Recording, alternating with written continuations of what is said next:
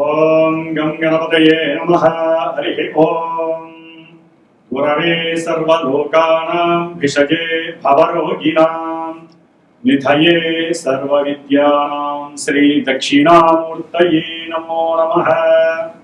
జ్ఞానసిద్ధిని వీక్షిస్తున్నటువంటి ప్రేక్షకులందరికీ కూడా మరి ఈ జూన్ మాసము 1వ తేదీ నుండి 30వ తేదీ వరకు కూడా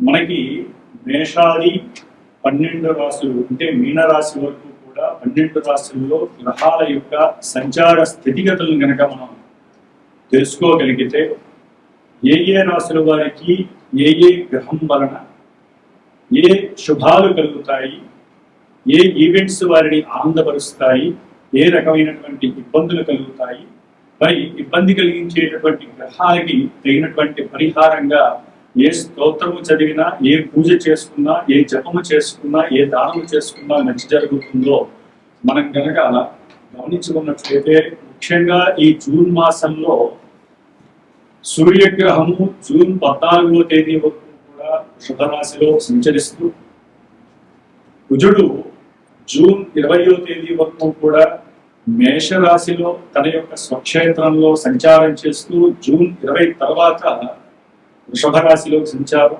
జూన్ 15 తర్వాత సూర్య భగవానుడు మిథున రాశిలోకి సంచారం, బుధుడు జూన్ 19వ తేదీన దాదాపుగా మనకి మిథున రాశిలో సంచరిస్తూ 19వ తేదీ తర్వాత కర్కాటక రాశిలోకి సంచారం జరుగుతుంది. అలాగే ముఖ్యంగా మనందరికీ ఆనందింపదగినటువంటి విశేషంగా చెప్పుకోదగినటువంటి గ్రహం ఏదైనా ఉంటే గురుగ్రహము. ఇది చాలా విస్తారమైనటువంటి విశేషవంతమైనటువంటి ఆర్థిక లాభాలను కలుగజేస్తూ అన్ని విషయాల్లో వృద్ధిని కలిగించేటటువంటి ఈ గ్రహము జూన్ 2వ తేదీన అంటే 1వ తేదీ అర్ధరాత్రి నుండి కూడా తన యొక్క ఉచ్చస్థిత రాశి అయినటువంటి మిత్ర రాశి అయినటువంటి కర్కాటక రాశిలోకి సంచరిస్తూ దాదాపుగా ఈ జూన్ మాసం అంతా అదే రాశిలో సంచారం చేస్తూ ఉంటాడు గురుడు. శుక్రుడు జూన్ 8వ తేదీ వరకు కూడా మిథున రాశిలో సంచారం చేస్తూ జూన్ 8 నుండి కూడా కర్కాటక రాశిలో గురుడితో పాటుగా సంచారం చేస్తూ ఉంటాడు. శని భగవానుడు మీనరాశిలోనే బుధ నక్షత్రమైనటువంటి రేవతి నక్షత్రంలో సంచరిస్తూ, రాహువు సొంత నక్షత్రంలో ఉంటూ కుంభరాశిలో, అట్లాగే కేతువు సింహరాశిలో సొంత నక్షత్రంలో సంచరిస్తూ, మరి చంద్రుడు దాదాపుగా 2.5 రోజులకి కూడా ఒక్కొక్క రాశిని కూడా సంచరిస్తూ అన్ని గ్రహాలతో తన యొక్క సంచారాన్ని కలుగజేస్తూ ఎన్నో రకాలైనటువంటి విశేష ఫలితాలని మరి ఈ మేషాది 12 రాశులైనటువంటి మీనరాశి పర్యంతము కూడా విశేషమైనటువంటి శుభ ఫలితాలను అందజేస్తూ కొన్ని ఇబ్బందులను కలుగజేస్తూ ఉండేటటువంటి అవకాశాలు ఉన్నాయి. ఏదేమైనప్పటికీ కూడా ఈ యొక్క జన్మజాతక పరిహారాలు మాత్రమే వారికి తగినటువంటి సరైనటువంటి ఈవెంట్స్కి సరైనటువంటి ఫలితాలని ప్రోత్సాహకరంగా ఇస్తాయి అనడంలో సందేహం లేదు. గోచార సూత్రాలను బట్టి ఏ గ్రహాలు ఏ రాశుల్లో ఉంటాయో, ఏ రకాలైనటువంటి ఫలితాలని అందజేస్తాయో మరి ఇప్పుడు తెలుసుకుందాం. ఓం శ్రీమాత్రే నమః. ధనుస్సు రాశి. ధనుస్సు రాశి వారికి జూన్ మాసంలో గ్రహాల యొక్క గోచార స్థితిగతులను కనుక గమనించినట్లయితే వీరికి ఈ యొక్క జన్మరాశ్యాధిపతి అయినటువంటి గురుడు ఇప్పటి వరకు చాలా బలంగా ఉండి వారి యొక్క జన్మరాశిని చూస్తూ ఎన్నో రకాలైనటువంటి సమస్యల నుంచి బయటపడేసి కొంతమందికి వివాహ వ్యవస్థలో వివాహాన్ని కలిగజేసి చక్కగా వ్యాపారంలో వృద్ధిని కలిగజేసి సంఘంలో మంచి కీర్తి ప్రతిష్టలను కలిగజేసి ఇట్లా ఎన్నో విధాలుగా గురువు యొక్క దృష్టి పరంపర చాలా విశేషాలు కలిగజేస్తుంది. ఇప్పుడు ఇదే గురువు జూన్ మాసంలో 2వ తేదీన 8వ రాశిలో సంచరిస్తూ ఉచ్చస్థితిని పొందడం వలన ఆకస్మికంగా వీరికి ఆరోగ్యం పట్ల శ్రద్ధ వహించేటువంటి పరిస్థితి, ఆకస్మికంగా ప్రయాణాలైనది భీష్టం ఉత్సుకత, అట్లాగే దీర్ఘకాలికమైనటువంటి ప్రయాణాలు చేయాలి అనుకున్నటువంటి వారికి అనుకూలమైనటువంటి సమయంగా భావించాలి. అంటే వీరికి కాస్త వాహనపరమైనటువంటి గృహ సంబంధిత భూ సంబంధిత విషయాల ఎందు ధనుస్సు రాశి వారికి కాస్త ఇబ్బందులు ఎదురవుతూ కాస్త పోలీస్ స్టేషన్కి వెళ్ళేటువంటి అవకాశం కూడా కలుగుతుంది. అంటే అష్టమంలో ఉన్నటువంటి గురుడు బలహీనంగా ఉంటాడు. కాకపోతే ఆయన ఉచ్చస్థితి సొంత నక్షత్రంలో కొన్ని రోజులే ఉంటాడు కాబట్టి కొన్ని రోజుల వరకు మాత్రం అనుకూలమైనటువంటి పరిస్థితులను కలిగిస్తుంది. ఆరోగ్య విషయంలో తల్లిగారి యొక్క ఆరోగ్య విషయంలో చాలా జాగ్రత్తలు వహించాలి. కొంతమందికి నరాలకి సంబంధించినటువంటి విషయాల పరంగా కావచ్చు ఆపరేషన్స్ జరగడానికి అవకాశం ధనుస్సు రాశి ప్రయాణాలయంలో కాస్త ప్రతిబంధకమైనటువంటి ప్రతికూలమైనటువంటి ఇబ్బందులు కొన్ని ప్రమాదాలు కూడా మీరు ఇబ్బందులుగా ఉంటాయి. అంటే ప్రమాదాల నుంచి బయటపడే శక్తి కూడా ఈ గురుడు వచ్చే స్థితి కలుగు చేస్తుంది. అట్లాగే మీరు తీసుకున్నటువంటి కొన్ని నిత్య దైనందిక జీవితంలో అది వాహన పరంగా గృహ ఉపకరణాల పరంగా ధనం యొక్క విషయాలలో కొంత ఇబ్బందులు పడేటటువంటి పరిస్థితి అయితే కనిపిస్తుంది. పూర్తిగా ఈ యొక్క ధనుస్సు రాశి వారికి చతుర్థంలో ఉన్నటువంటి శని అర్ధాష్టమ శనిగా ఉంటూ ఆయన యొక్క దృష్టి ఇబ్బందులు పెడుతుంది. ఈ రాశ్యాధిపతి ఉచ్చస్థితిని పొంది అష్టమంలో ఉండడం. అట్లాగే ముఖ్యంగా శుక్రుడు కూడా జూన్ 8న అష్టమ భావంలో రావడం విశేషమైనప్పటికీ కూడా అనుకున్న కార్యాలు కావచ్చు, వీరికి ఉన్నటువంటి అప్పులు తీరుద్దాం అనుకుని ఎంత శక్తుల ప్రయత్నం చేసినా, ఎందుకంటే కొంతమంది ధనుసు రాశి వారికి సంతానపరమైనటువంటి విషయాల యందు వారి యొక్క చదువుల పరంగా కావచ్చు, వారికి విదేశాలని పంపించేందుకు కావచ్చు, ఏదో రకంగా ఆర్థిక పరమైనటువంటి ఇష్యూస్ వీరు తీరుద్దాం అప్పులు అనుకుంటారు. శుక్రుడు కూడా కలవడం ద్వారా ఇంకా అప్పులు తీర్చడానికి శక్తుల ప్రయత్నం చేస్తారు, ఇష్టపడతారు. ఎట్లయినా సరే అప్పులు తీర్చేయాలి. ఎంత శక్తిని ఉపయోగించినా కూడా అర్ధాష్టమ శని మాత్రం వీరిని ఇబ్బంది పెడుతుంది.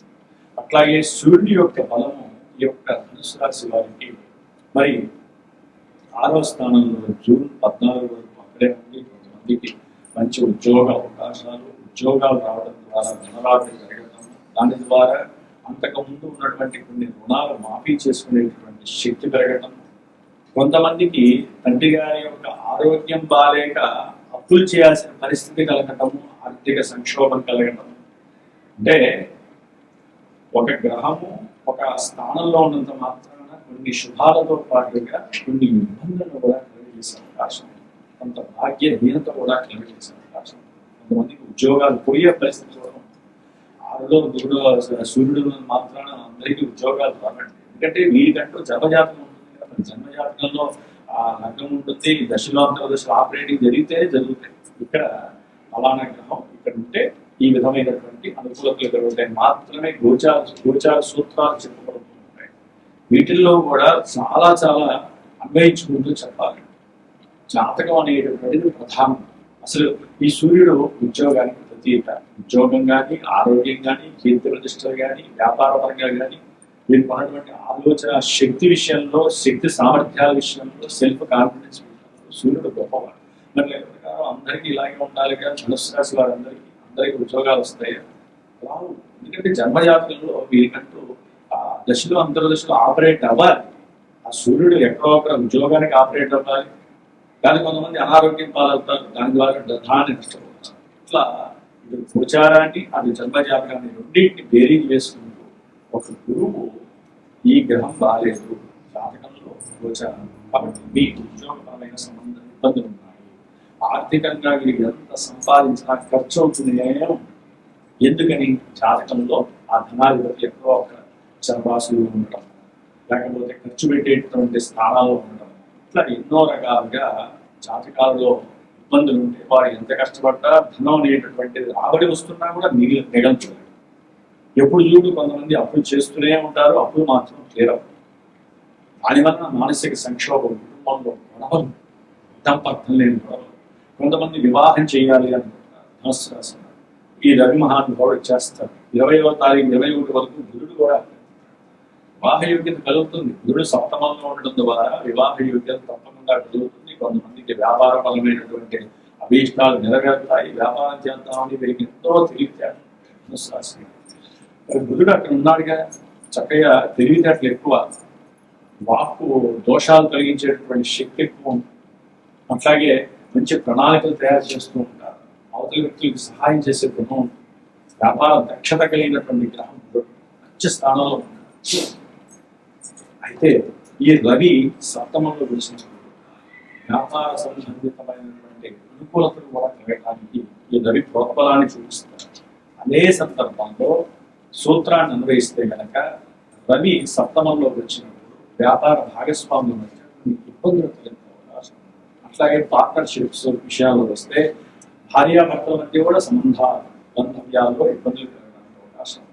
న్యాయస్థాన విషయాలలో ఈ పార్ట్నర్స్ ఎవరైతే వ్యాపార పరంగా ఉన్నారో ధన సంబంధిత విషయాల్లో కావచ్చు, లేదా వీళ్ళు వాడిని మోసం చేశారని వాడు వీటిని మోసం చేశారని ఎక్కువ న్యాయస్థానాలు అట్లాగే ప్రభుత్వ సంబంధిత విషయాల్లో కూడా వీరికి ఎదురుదెబ్బ కలిగే అవకాశం. ఇట్లా ఎన్నో రకాలైనటువంటి సమస్యలు జరుగుతూ ఉంటాయి. ఎక్కడో ఒకటి దూర ప్రాంతాలకు వెళ్ళే అవకాశాలు ధనుసు రాశి వారికి జరుగుతున్నాయి. ముఖ్యంగా కుజగ్రహము 20వ తారీఖు వరకు కూడా పంచమ స్థానంలో సంతాన సంబంధిత విషయాలలో ఎన్నో రకాల ఇబ్బందులు వీళ్ళు ఫేస్ చేయాల్సి వస్తుంది. అనుకున్న రోజు జరిగిన రోజు మానసికంగా బాధపడతారు. కుజుడు ఎప్పుడైతే 22వ తారీఖులో 21వ తారీఖులో 6వ స్థానంలోకి వస్తారో చక్కగా ఆర్థిక ధనలాభాలు చేసేటటువంటి వృత్తి విషయాలలో చక్కటి లాభము కలగడానికి అవకాశం ఉంటుంది. కాబట్టి ఇట్లా కొంతమంది అప్పులు తీరుస్తారు, కొంతమందికి అప్పులు పెరిగే అవకాశం ఉంటుంది. కుటుంబంలో గొడవలు పెరిగే అవకాశాలు ఉంటాయి. అప్పులు ఇచ్చినటువంటి వాళ్ళు వీళ్ళని బాగా ఇబ్బందులు పెట్టి కోర్టు దాకా ఇచ్చే పరిస్థితులు ఉంటాయి. న్యాయ వ్యవస్థకి వెళ్లాల్సిన అవసరం ఉంటుంది. ఇట్లా ఈ ధనుసు రాశి వారికి కుజుడు 6వ స్థానంలో ఉండి శత్రు రోగ రుణ నివృత్తికి చేస్తున్నప్పటికీ కూడా జాతకంలో ఎక్కడైనా నెగిటివ్ గా ఉంటే కనుక శత్రువులు పెరగడానికి అవకాశం. కోర్టు సమస్యలు, అన్నదమ్ముల మధ్య విపరీతమైనటువంటి వైరం కలగడానికి, ఒకరిని చూస్తే ఒకటి శత్రువులా భావించే అవకాశం. అట్లాగే రుణబాధలు పూర్తిగా తొలగిపోయే అవకాశం ఉంటుంది. కానీ రుణబాధలు జాతకంలో దశలో అంతరదశలు లాంగివిటీగా ఉంటాయి. అవి పూర్తిగా ఇంకా ఎక్కువ ఉంటూనే ఉంటాయి. ఎందుకంటే శని దృష్టి గురి మీద పడుతుంది. ఇట్లా ధనుస్సు రాశి వారు కొంచెం ఏదైనా వివాహ సంబంధిత విషయాలు కానీ, భార్యాభర్తల మధ్య సమస్యలు వచ్చినా, ఎడబాట్లు కలుగుతున్నాయి అనుకున్నా, ఓ పట్టాన కోర్టు సమస్యలు తీరట్లేదు వ్యాపారపరంగా కానీ, లేకపోతే మనకు కావాల్సినటువంటి భూములు కానీ, ఇల్లు కానీ రాక కోర్టు సమస్యలు పడుతున్నాయి. ఉద్యోగ అవకాశాలు ఎంత ప్రయత్నం చేసినా ఉద్యోగాలు రాకపోయినా తప్పకుండా మీ యొక్క జన్మజాతకాన్ని సరైన గురువు ద్వారా చూపించుకొని, ఏదైనా దోషాలు ఉంటే పరిహారం చేసుకొని, మీరు ఏదైనా దానికి స్తోత్రాలు జరుగుతుంది. ఈ విధంగా చేసుకోవడం ద్వారా మీరు చక్కటి అనుభవాలు అనుభూతి కలుగుతుంది. మనకున్న దోషాలు తొలగించే శక్తి ఉంది. లేకపోతే దోషాలు అలాగే ఉంటాయి. మనకి ఏదైనా అనారోగ్యం కలిగినప్పుడు డాక్టర్ దగ్గరికి వెళ్తే మందు చేసుకోవడం ద్వారా, ఔషధ సేవ చేసుకోవడం ద్వారా మనం మళ్ళీ పూర్వ వైభవాన్ని పొందినట్టుగా మనకి ఏదైనా దోషాలు విపరీతంగా బాగానే ఉన్నటువంటి సమస్యలు వస్తాయి. కారణం అంతర్దశలో. అందుకని ధనుస్సు రాశి వారు చాలా జాగ్రత్తగా ఉండండి. గురువు మారడం ద్వారా ధనుస్సు రాశి వారికి పెద్ద యోగ్యకరం అయితే కాదు, కొంచెం ఇబ్బందులు అయితే పడే అవకాశం అధిక మొత్తంలో ఉంటుంది. గురువు గృహ వాహన సంబంధించిన విషయాల పరంగా, అట్లాగే ధనపరంగా ఎన్నో నష్టాలు, కష్టాలు, ఆకస్మిక నిర్ణయాలు తీసుకోవడం, తల్లి యొక్క అనారోగ్య సూచనలు, ధన నష్టాలు, ఎన్నో అంతర్గతమైనటువంటి శత్రువులు పెరగటం, ధన నష్టం కలగటం జరగడానికి అవకాశం ఉంది. కాబట్టి ఈ యొక్క ధనుస్సు రాశి వారు కొంచెం జాగ్రత్తగా ఉంటూ దైవారాధన చేసుకుంటూ ఉండాలి. రుద్రాభిషేకాలు అధికంగా చేయాలి. లక్ష్మీదేవి యొక్క సూక్తాలు ఏదైనా సరే కవితారా స్తోత్రం చదువుతున్నా ధన నష్టము కలగకుండా కాపాడుకునే అవకాశం తీసుకోండి. ముఖ్యంగా శనికి సంబంధించిన గురుడు శుక్రుడికి సంబంధించినటువంటి జపతపాలు చేయించుకోవడం, అట్లాగే రవికి సంబంధించినటువంటి జపం చేయించుకోవడం, ఇలాంటివి చేసుకుంటూ ముందుకు వెళ్ళండి. ఆదిత్య హృదయం చేసుకోవడం ద్వారా ఈ నెల రోజులు కూడా సాధ్యత వీరికి అనుకూలమైనటువంటి గ్రహస్థితిని చెప్పుకోవచ్చు. ధర్మో రక్షత రక్షిత, ధర్మాన్ని మీరు రక్షిస్తే అది మిమ్మల్ని రక్షిస్తుంది. సర్వే జనాః సుఖినో భవంతు.